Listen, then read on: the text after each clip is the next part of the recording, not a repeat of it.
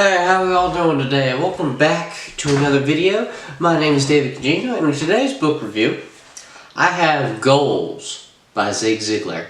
So for those of you who don't know, Zigler is an entrepreneur, motivational speaker, and, well, obviously author. And he talks about a lot about business goals, life goals, and not just goals, but just life. Most of the stuff on this channel are books about life. And this one is how to get the most out of your life. And he really influences goals. Well, the book is called Goals, but he talks about long-range goals and short-term goals. He talks about the steps to getting to a goal. He talks about the steps of how to have the motivation to start a goal, how to finish a goal and not get distracted from it. He talks about many, many, many things.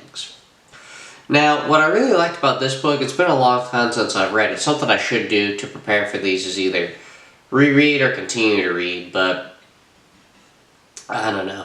It's the morning time, and I've been up for a minute now. I mean, I got up, I did my skincare routine, I made my bed, I read 20 pages in another book that I'm eventually going to review. I prepared for my day job, and now I'm doing this. So, starting off, this is the beginning of the book, and it starts off as life is a cafeteria.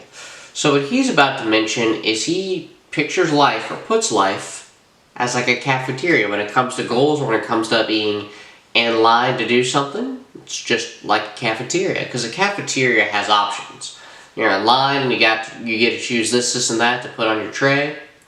And honestly, it's kind of what life is. You have all these options that you get to pick from. You just have to choose which one you want to do, and you have to work for whatever you want to get out of life. So, the cafeteria line offers many options, and life is just like that. Yet on the other end of the scale, at this new cafeteria we tried, we ate and then we paid. But in the game of life, you pay and then you eat. For example, you go to school, you study the lessons, you pass the grade, you move up to the next grade until you graduate from high school. Then if you go to college, you study your lessons again and get a degree. Then you may go on to graduate school, and finally, after all of that schooling is completed, you accept a position in your profession and work a week, a month, or whatever, and then, only then, after you've done all those things, you're qualified and you receive the pay you've earned. Think about that for a second. Farmers plow the ground and plant the seeds, then they fertilize and nurse the seeds along, killing insects and watering if there is not enough rain. Finally, the day comes when the farmer can go to the fields and bring in the harvest and take it to the marketplace and cash it in. That's the way life is. You first put in the effort and then you receive the benefits. You must have goals in life. It is vital that you become a meaningful, specific, rather than a wandering generality. So now think about that for a second. A meaningful, specific, than a wandering generality. So for example, you are alive today. The Lord put you on this earth for meaning. Now for some people who, it kind of bothers me when people are like, oh, I could die tomorrow, I could die like this. Well, you could, but that's not the proper mindset to have. The proper mindset is, I'm going to live every life and do as many meaningful things in my life every day, or do things that matter. One of the most important things I've learned about life is wisdom. Wisdom is knowing what matters. So doing this kind of stuff, like reading and stuff like that, it's important because as my young 24-year-old self, if I didn't read or didn't learn about the Bible or didn't go to church or didn't fix the problems I've had in life, I would be hopeless and nowhere.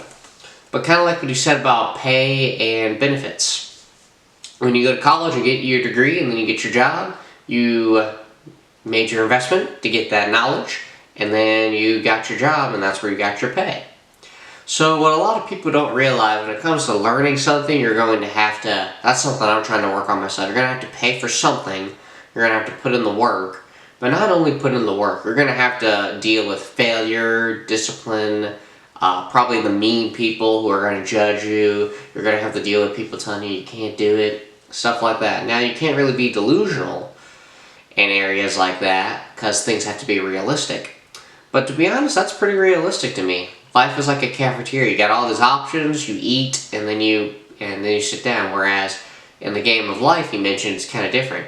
You pay, and then you eat. Now, the other thing that I found in this book that I really liked, in this chapter, is still life is like a cafeteria.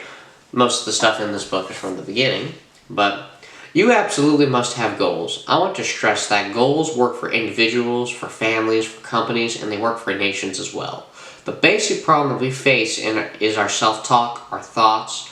Most people, when they're busy working on the job, they get to thinking, I really ought to be spending more time with my family. And then they're spending time with their family, they think, I really ought to be out there working for my family. And then they're working for their family, their minds go back to being at home, and on and on and on. Then they complain at work and at home, I never have time for anything. No wonder they're always traveling back and forth in their minds. The truth is, when most people are at work, their mind is at play. And when they're at play, their mind is at work. So they are neither working nor playing wherever they are. They are just wasting time. One of the beautiful things about having goals and directions is the fact that you'll be able to work when you work and play. When you work and play when you play.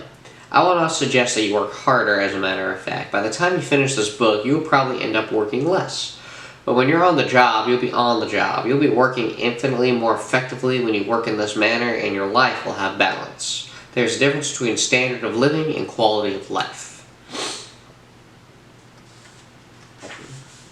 Please understand, everybody has to have goals, but some don't even realize it because they haven't specifically identified them. We need to get more involved so that we know exactly what we are doing and why we're doing it, so we can get much better results. You cannot make it in life as a wandering generality. You must become a meaningful specific. Many people will go to work tomorrow because that's what they did yesterday. And if that's the reason you're going to go tomorrow, you won't be as good as you were yesterday because now you're 2 days older and you're no closer to the goal, which you do not have.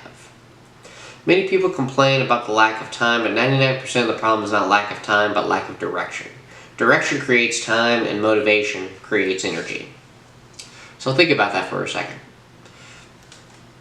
Many people will go to work tomorrow because that's what they did yesterday. And if that's the reason that you're going to go tomorrow, you won't be as good as you were yesterday because now you're 2 days older and you're no closer to the goal, which you do not have. So I've mentioned that before on this channel and with some of the books I've read. That's a scary thing in life when your life is just going to work and going back home. Now if you have goals in your job to make more money or to have more pay and stuff like that, that's great. Don't get me wrong, but you do also have to think though, in life you have to have goals. And some people might think, well that's stupid, or you have people, this is my favorite answer, you have people who are just like, why? Well, you have to have goals because that's how you move forward, that's how you make more money, and that gives your life meaning. Why?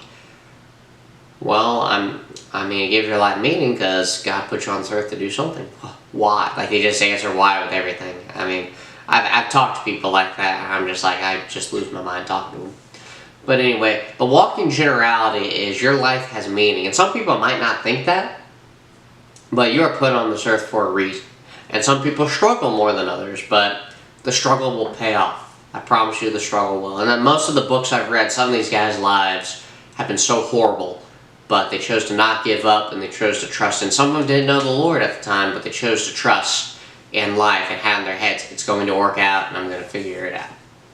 So now, the last and final thing I had on this book is the difference between, let me see, the types of goals. This book is about types of goals. And he is talking about long-range goals and ongoing goals. Friend, we have some big goals to make us stretch and use the ability inside us. Some goals must be long-range. If there are detours along the way, that's fine. That's okay. Just readjust your direction. I hold on to the phrase, don't change your objective, just change your direction to reach it. This is after you have really set a definite goal or objective. If you have a long-range goal, don't forget that before you reach it, there will be trouble in front of you. No matter the goal, things will happen in life that you can't control. But you must treat those temporary setbacks like a pebble on the beach. If you don't have long-range goals, setbacks will become as big as the whole ocean front. The rule is simple. Go as far as you can, as far as you can see, and then when you get there, you will always be able to see farther. You have to have some long-range goals, and you have to have some small daily goals. The nitty-gritty things of life. Everybody loves the big dream, the excitement of dreaming about a trip to Honolulu or a trip around the world. Dreaming about building a mansion, dreaming about having the first million, and then the second million, and so forth. But the reality is, in order for the big things to happen, you have to accomplish the little goals designated along the way. Also, some goals need to be ongoing. Ongoing goals. What's an ongoing goal? Building up your self-image is an ongoing goal because even after you're an adult, even after you're 40 or 50 years of age, you can have a devastating experience.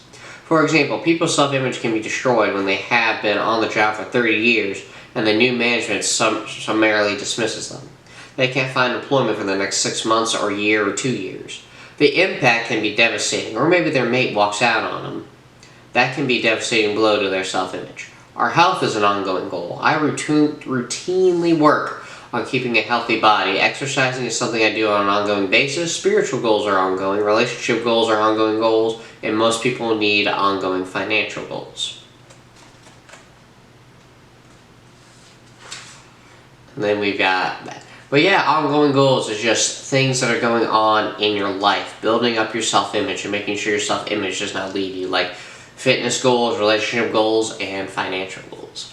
So the thing with relational goals is like, some people might think in some jobs, primarily blue-collar jobs, that, hey, I come here to make money and I come here to make friends. I'm like, yeah, but if you build a relationship with your coworkers at your job, not only are they going to remember you, but you'll look more forward going to your job and stuff like that.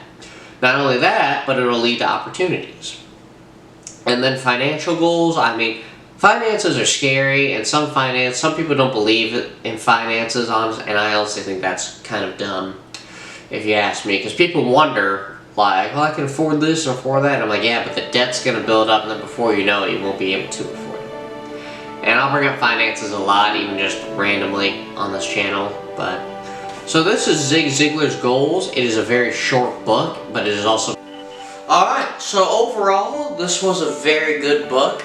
Now, in simple terms, I mean, this is a pretty basic book. There's tons of books about goals out there, but this one's really good. And Zig Ziglar is a very Christian guy and a very down-to-earth kind of guy in the biblical sense. But this is a very good book, and he talks briefly about finances, but he talks a lot about goals and inspired me to have own goals, inspired me to do this. And I've got another book about him that I'm going to review here eventually. But this was a great book. I hope you all read it, and I hope you all have goals today, and that you all have a wonderful day today. Thank you all for watching.